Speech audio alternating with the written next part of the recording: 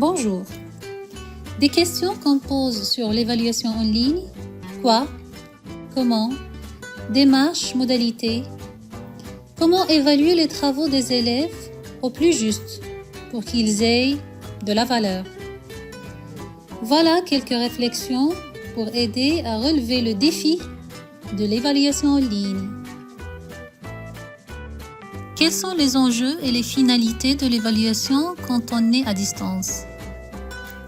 Plus que jamais, l'évaluation garde ses objectifs premiers.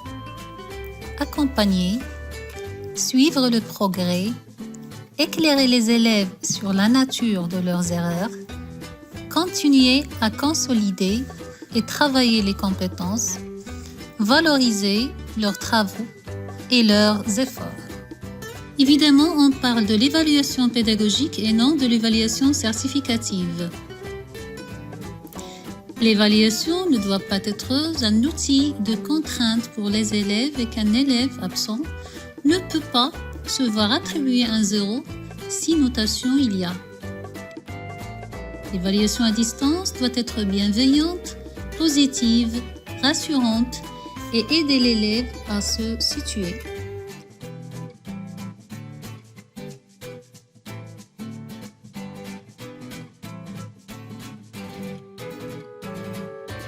Peut-on reprendre toutes les formes d'évaluation du présentiel dans la démarche d'évaluation à distance?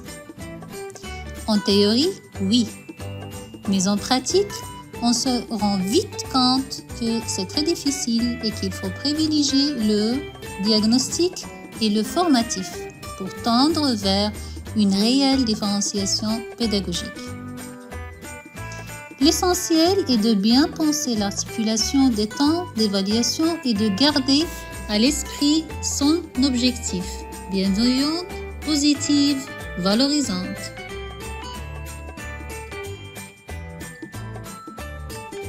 Quelle modalité d'évaluation privilégier et pourquoi? Voilà quelques éléments de réponse cependant. Évaluer d'autres compétences et identifier les critères d'évaluation pertinents qui peuvent être différents de ceux utilisés habituellement. Travail collaboratif, interaction, créativité, analyse critique de l'information trouvée sur Internet, capacité de mise en relation, des informations, des idées. Évaluer les processus autant que les productions.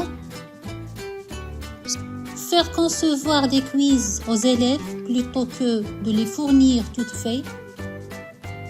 Proposer des situations d'évaluation authentiques plus motivantes. Problèmes réels à résoudre. Études de cas, par exemple, en mode collaboratif. Les outils de sondage pour évaluer la compréhension d'un cours. Par exemple, quel est le point le plus obscur, celui que vous n'avez pas compris? Utilisez le mode anonyme parfois pour faciliter la réponse honnête. Les forums de discussion. Évaluer la participation autant que le contenu de la discussion. Conception des cartes mentales pour évaluer la compréhension d'un cours, d'une notion, d'un raisonnement. Évaluer la capacité à représenter des idées, passer d'un mode de communication à un autre. L'évaluation en ligne pose également la question de la différenciation pédagogique. La situation doit nous amener, encore plus que d'habitude, à proposer des exercices, des situations pédagogiques qui soient différenciées. Les rythmes d'apprentissage sont très différents. La différenciation pédagogique est un levier essentiel pour lutter contre le décrochage. Veillez à être explicite. Être explicite sur la nature de l'évaluation proposée, diagnostique ou formative le plus souvent. Être explicite sur les compétences visées et les critères d'évaluation. Pensez aux échelles descriptives. Être particulièrement clair sur les modalités, durée, nature du travail à rendre et ressources autorisées notamment. Mettre l'évaluation au service des apprentissages.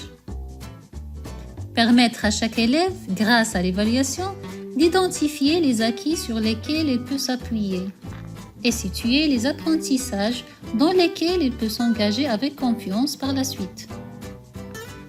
Valoriser le travail de l'élève et ses acquis, ce qui ne consiste pas nécessairement à mettre une note. Des retours rapides sont possibles. Par exemple, « Bravo, merci pour ce retour, continuez à travailler ainsi ». Par ailleurs, le retour peut être collectif. La question 1, par exemple, est réussie, tandis que la question 2, etc. Interroger les élèves sur ce qu'ils ont apprécié et sur les difficultés qu'ils ont pu rencontrer, c'est-à-dire les rassurer. Oser quelques variantes.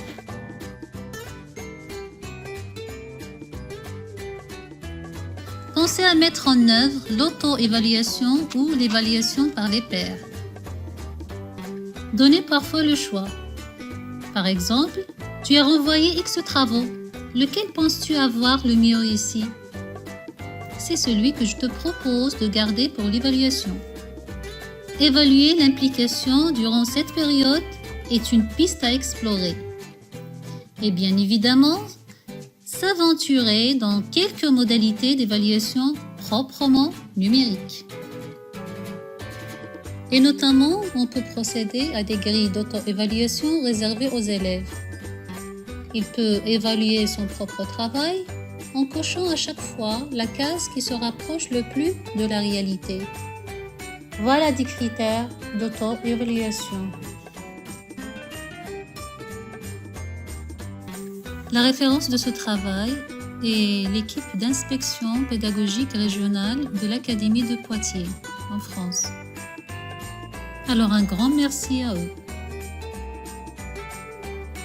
Enfin, merci de votre attention et n'oubliez pas, continuons nos apprentissages. À la prochaine!